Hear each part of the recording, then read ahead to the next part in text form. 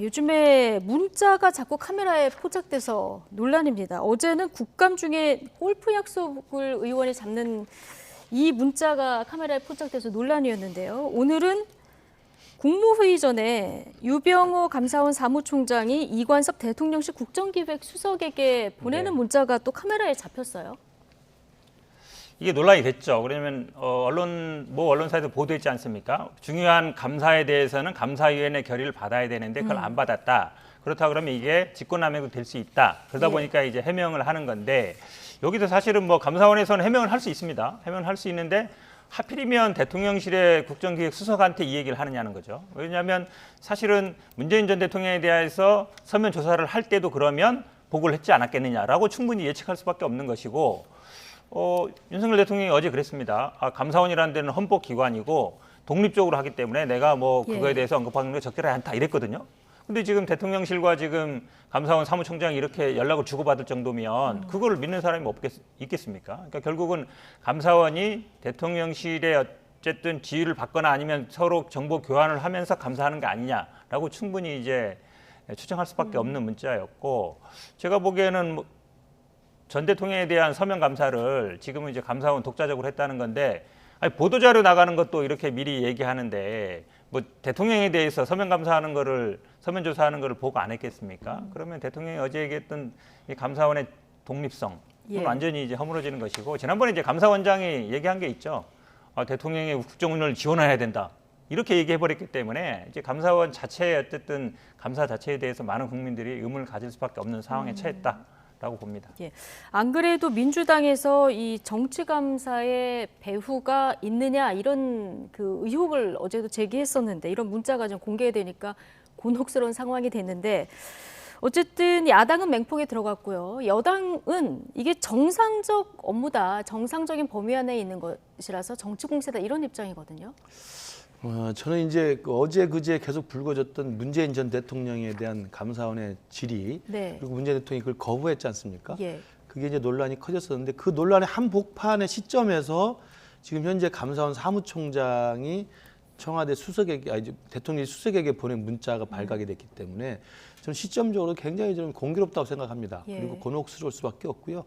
왜냐하면 감사원은 독립기관이고 그 다음에 어제 또 대통령이 도어 스태핑에서 이 부분에 대한 질문을 받았을 때 감사원은 독립기관이기 때문에 대통령에서 의견을 내는 게 적절치 않다라고 정리를 해준 사안입니다. 그러니까 감사원의 감사 그 내용과 대상에 대해서는 대통령실이 무관하다고 선을 그어놓은 대통령의 발언이 있었는데 오늘 감사원의 사무총장이 대통령실에 수석에게 문자를 보낸다고 한다면 설명하기가 정말 궁색하죠. 곤란한 상황이 되고 그렇죠. 저는 그래서 이 부분에 대해서는 저는 여당에서 어떻게 방어를 치는지는 모르겠습니다만 저도 여당 소속입니다만 방어를 치기가 쉽지가 않고요. 저는 유병호 사무총장이 이 문자를 보내는 이 상황이 그리고 이 이관섭 국정기획수석이라는 것은 아시다시피 이번에 새로 신설된 수석이지만 과거에 대통령실의 정책실장의 업무를 대행하는 것으로 알고 있습니다. 그러니까 경제정책과 사회경제정책들을 포괄하는 수석의 역할이거든요. 그러면 감사원의 업무가 그 국정기획수석에 보고될 업무 영역이 전혀 아니라고 저는 판단이 들어요. 그런데 왜 그걸 보냈는지 저는 그 부분도 좀 납득하기가 어렵고요. 그리고 개인적인 인연이 있어서 무슨 질문을 하니까 물어봐서 사적으로 그게 지금 어떻게 된 거예요? 해명을 좀 요구하니까 이거 답변을 보낸 건지 모르겠습니다만 물론 감사원의 대변인 설명은 그렇게 설명을 합니다.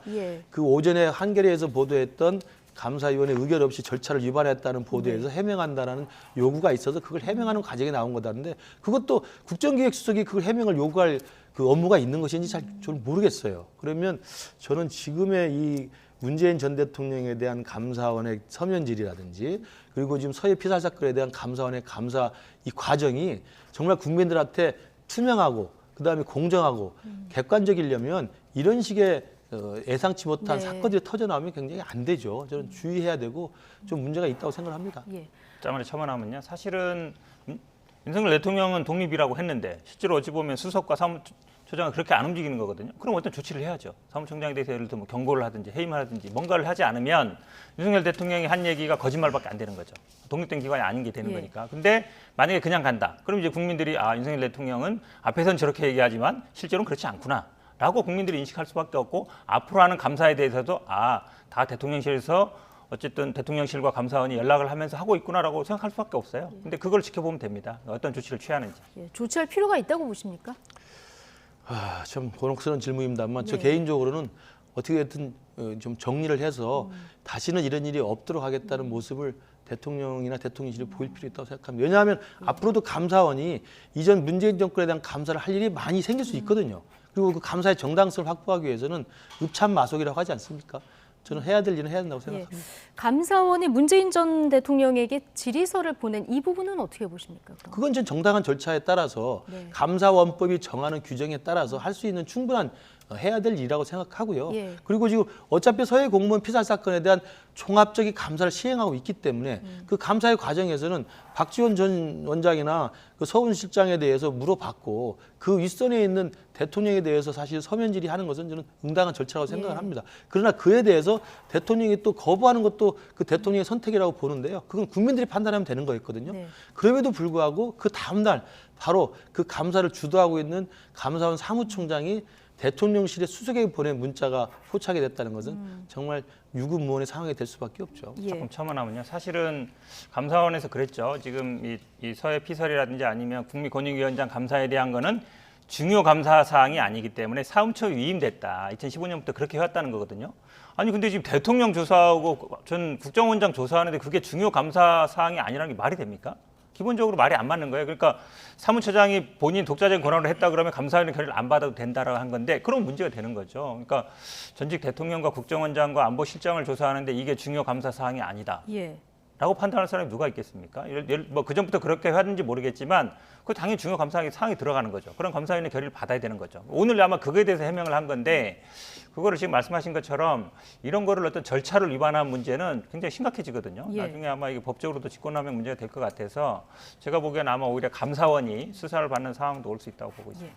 저도 이게 지금 현재 감사원의 문재인 정부에 대한 감사가 국민적인 설득력을 가지고 네. 또 공정한 결과가 나올 거라는 믿음을 주기 위해서는 이 문자 사건에 대해서는 조사를 좀 해서 예. 대통령실이나 대통령께서 저는 응당한 조치를 좀 취하는 것이 저는 초기에 이 문제를 좀 정리할 수 있는 계기가 되지 않을까 싶습니다. 감사의 진정성을 확보하려고 네. 하면은 뭔가 조치가 있는 것이 좋을 것 같다 이런 얘기 해주셨고요. 어쨌든 문자는 카메라에 계속 이제 노출이 되는 어제도 있었는데 오늘 이렇게 부주의한 장면이 노출이 됐다는 게 이해가 안 가니까 일각에서는 회의 전에 핸드폰을 걷어라, 필름을 붙여라 뭐 이런 얘기까지 나오는 상황이더라고요. 자, 오늘 두 분 말씀 여기까지 듣겠습니다. 나이트 포커스 김근식 전 국민의힘 선대위 정세분석실장 그리고 현근택 전 더불어민주당 선대위 대변인 두 분과 함께했습니다. 고맙습니다.